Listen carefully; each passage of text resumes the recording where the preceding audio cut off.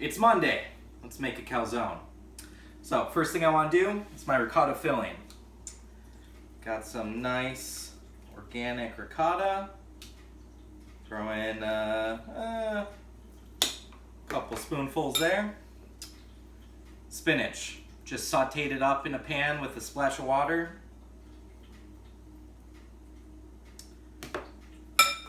And then I would normally use fresh garlic, but quarantine problems. So we use a little bit of garlic powder. And that ricotta isn't too flavorful on its own, so a little bit of salt too. And we'll just mix that up.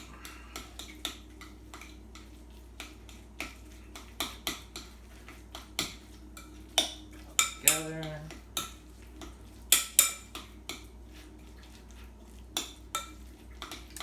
You know what? Let's use a little more ricotta.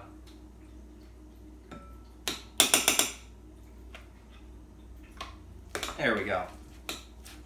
Gotta go by feel. That's what Kitchen Alchemy is all about. Go by feel and learn what looks right, what smells right, what tastes right. All right. So, our filling is good. Set that off to the side. Now we want to roll out our dough.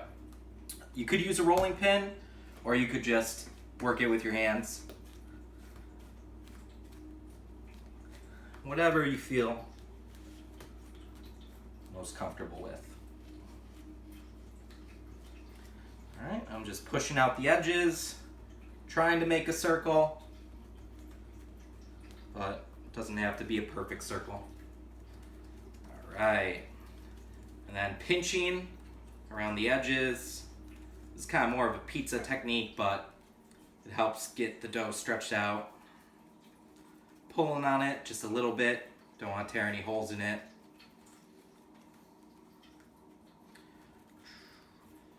All right.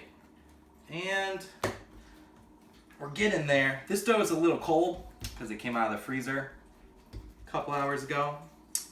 But, yeah, almost there.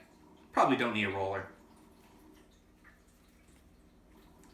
Keep stretching it out so the ends are kind of fat because I was using that pizza method.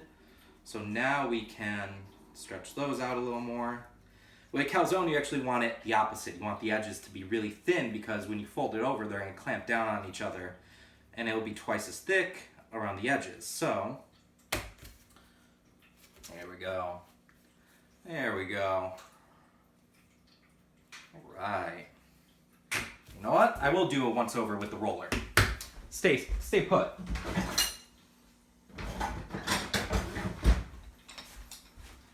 There we go.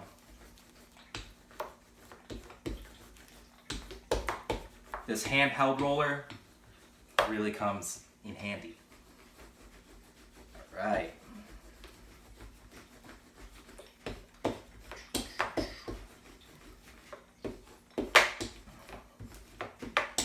Just like Nana used to make.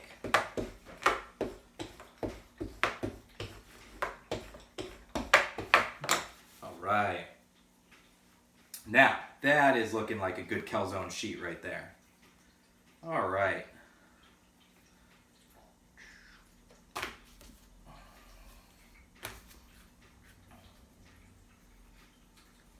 Okay, and then we'll stretch it out on our work surface. Stretch it out a little more because the dough's going to retract a little bit. All right. Okay.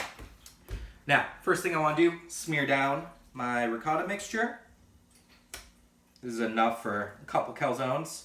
Family's got to eat too, so we'll just do a little bit of it. Okay. Oh, that looks good already. I could just eat this. Next, I'm actually going to add mushrooms to it too. We got some sauteed mushrooms, just with some olive oil, black pepper, salt. Salt at the very end. There we go. All right. That's good.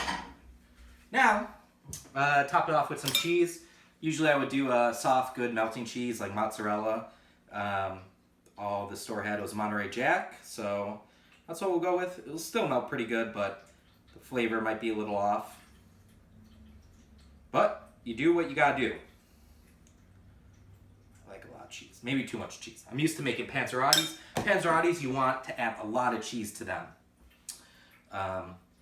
To get sort of that inside coated and nice and sturdy. With calzones, you don't need as much cheese.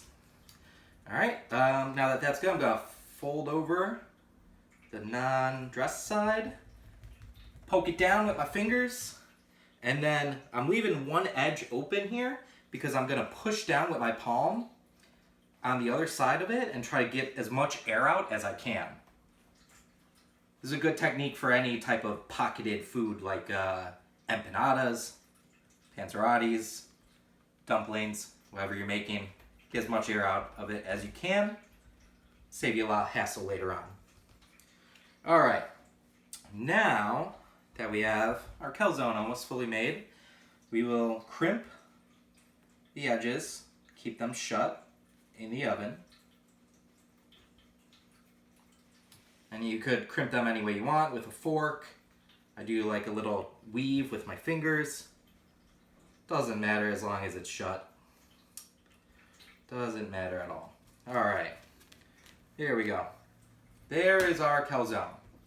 But I saw some Italian guy on YouTube do this fancy touch with some sauce on the top, a little extra hard cheese. So I think we're gonna do that. First, we'll throw down a little bit of sauce here. Okay. I really should have more cooking utensils, but this is what I have on hand right now. Okay, brush it around. There we go. Yeah. Maybe get the crust too on the edge, just so it has like a little moisture on there and browns up nicely in the oven. All right, and then before I put the cheese down, I'm gonna take a knife. Obviously completely prepared, and put some slashes in it in the top, just somewhat shallow but enough to go through so that the air can escape when it's cooking and it does not blow up like the last time I made calzones. 3 or 4 should be fine. Yeah, that should do it. All right, now we're cooking. A little bit of Parmesan on top.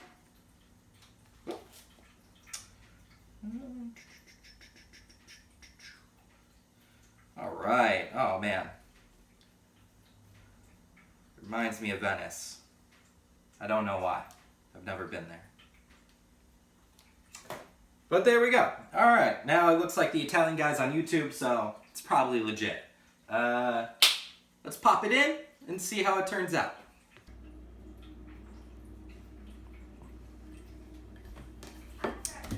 As my daughter says, all done. Let's cut out. Still steamy. Oh. You guys can talk in there. It's all right. This is definitely gonna burn my mouth, but it looks so good.